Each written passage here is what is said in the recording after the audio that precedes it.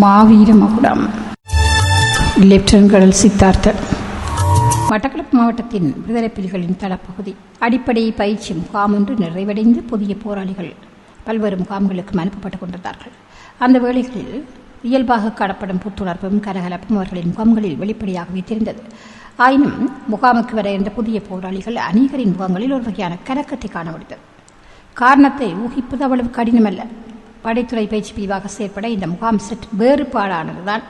மிக கடுமையான விதிமுறைகளுக்கும் விசித்திரமான தண்டனைகளுக்கும் பெயர் பெற்றது.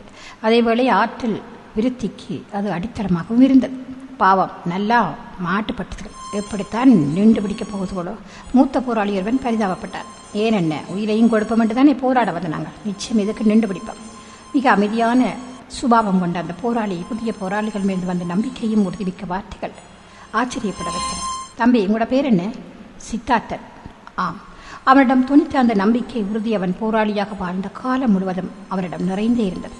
இன்னும் வலிமையாய் மட்டக்களப்பில் 1992 தனது தொடக்க பயிற்சியை நிறைவு செய்த சித்தா படைத்துறை பயிற்சி இணைக்கப்படுகிறார். இந்த பிரிவை நின்று பிடிப்பது கஷ்டம் என்று கூறப்பட்ட அந்த நாட்களில் அவன் அங்கு தன்னை மிக விரைவாக தகவமைத்துக் கொண்டார். தொடர்ச்சியாக பயிற்சிகள், மிக கடினமான வேலைகள், புதிரான பாடங்கள், எதிரியின் தாக்குதல்கள், வலிந்த தாக்குதல்கள், முன்னெடுப்புகள் என்றிருந்த அந்த நாட்கள் சராசரிக்கு மேற்பட்ட ஒரு போராளியாக அவன் இனம் காணப்பட்டான். மிக அமைதியான சுபாவமும் உதவும் பண்பும் கடினமான வேலைகளை கூட தானாக விரும்பி ஏற்று செய்யும் பக்குவமும் அவனது செயற்திறனும் போராளிகள் மத்தியில் அவனுக்கு என்ற இடத்தை ஏற்படுத்தி கொடுத்தன. பூநகரி கூட்டுப்படை முகாமிதான தவளை நடவடிக்கையிலே தமிழீழத்தின் அவனது முதற்களமாக அமைந்தது. சமர் முடிந்த கையோடு எழுதுமட்டுவாள் பகுதியிலே பயிற்சி ஆசிரியர்களுக்கான மேலதிக பயிற்சிகள் தொடங்கப்பட்டன. இந்த பயிற்சி காலத்தில் பயிற்றுவித்த ஆசிரியர்களே பெருமைப்படக்கூடிய அளவுக்கு அவன் செயற்பாடுகள் அமைந்தன. அதேபோன்று அவன் பயிற்சி வழங்க தொடங்கிய போது பழமையான பயிற்சி ஆசிரியர்கள் என்ற தோற்றப்பாட்டுக்கு அப்பால் ஒரு வேறுபாடான பயிற்சி ஆசிரியராக அவன் இனம் காணப்பட்டான். சேத்திரன், முன்மாதிரி, அணுகுமுறை என்பனவற்றால் சித்தா மாஸ்டர் என்ற பெயர் போராளிகளின் மனங்களில் நிலை பெற்ற ஒன்றாக மாறிவிட்டது. படைத்துறை தொடர்பிலான தொழில்நுட்ப கற்கை ஒன்றை நிறைவு செய்து தென் தமிழீழம் திரும்ப தயாரான வேளை சிங்கள படைகளால் முன்னறிப்பாய்வு நடவடிக்கை முன்னெடுக்கப்பட்டது.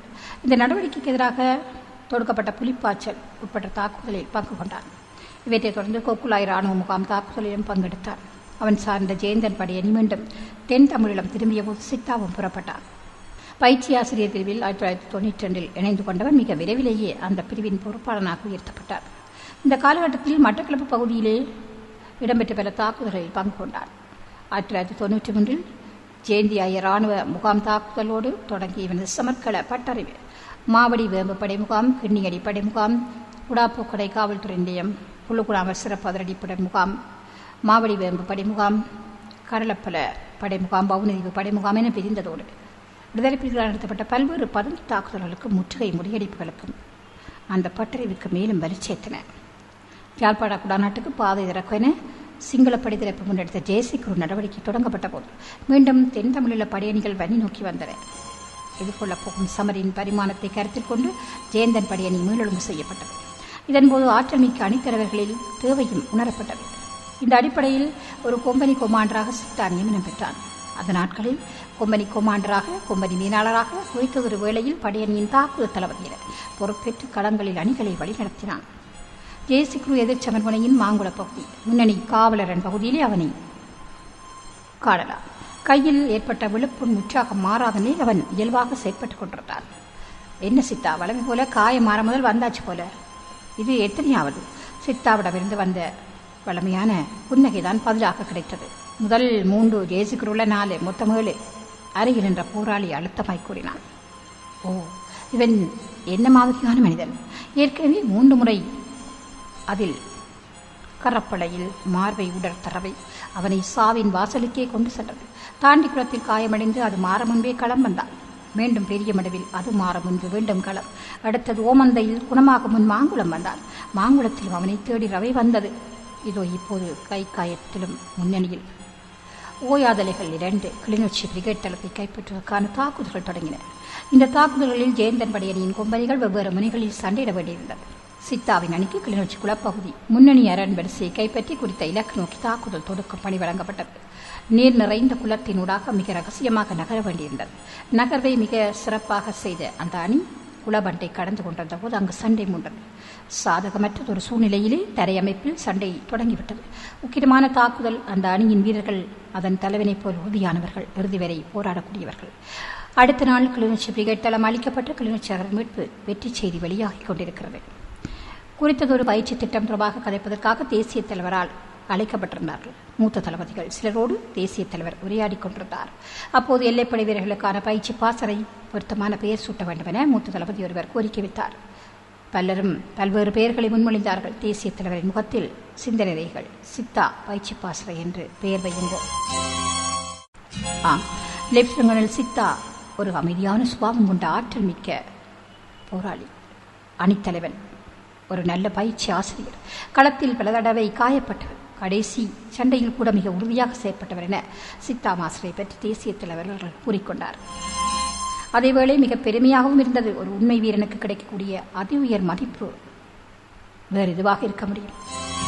போராட்ட வரலாற்று ஒரே களத்தில் 4 முறை விழுப்புண்ணேற்று ஒவ்வொரு விழுப்புண் மாறமுன்றும் களம் வந்து படை நடத்திய வீரன் அவன் ஒருவனாகத்தான் இருக்க முடியும். அந்த பெரும் சமர்க்களத்தில் அவன் 5வது முறையாகவும் காயப்பட்டான். ஆனால் மீண்டும் அவன் களம் பெறவில்லை, மூடிப்போனான். லெப்டினன்ட் கர்னல் சித்தாவின் மாவீர மகுடம் கேட்டோம்.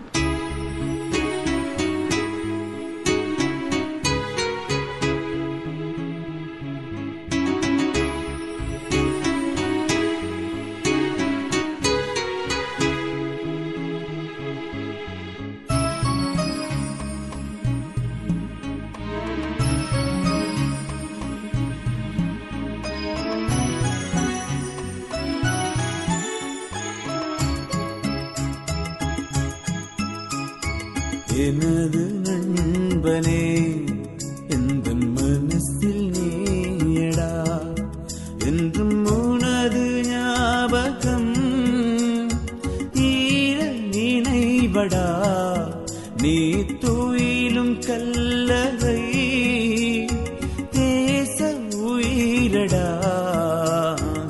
எனது நண்பனே, எந்த மனசில் நீயடா.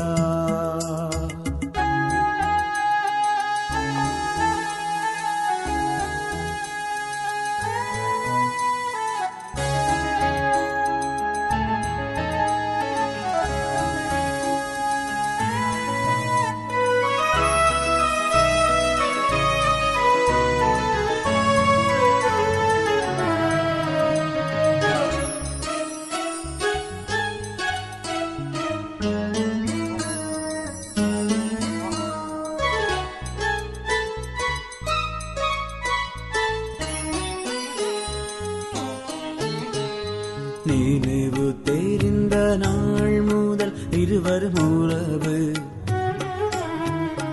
அந்த நினைவை அணைத்துத்தானே அழுகுது உறவு. இரவு பகலாயோய்வு இன்றி அசைந்த காற்று நீயடா, இனத்திற்காக தினமும் பாரம் சுமந்தது உந்தன் தோழடா. நண்பனே நண்பனே, தேசத்தின் சொந்தமே, எனது நண்பனே, எந்த மனசில் நீயடா, என்றும் உனது ஞாபகம் ஈர நினைவடா, நீ துயிலும் கல்லறை தேச உயிரடா. எனது நண்பனே, எந்த மனசில் நீயடா.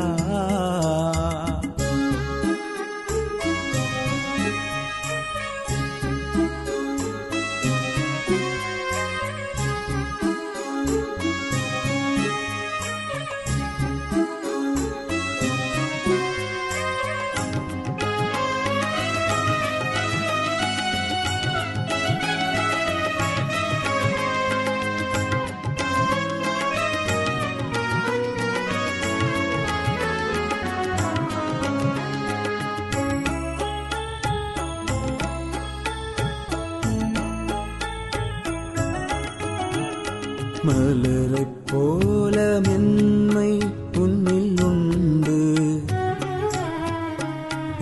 எரிமலையைப் போலே நின்றாய் பகைவரை வென்று.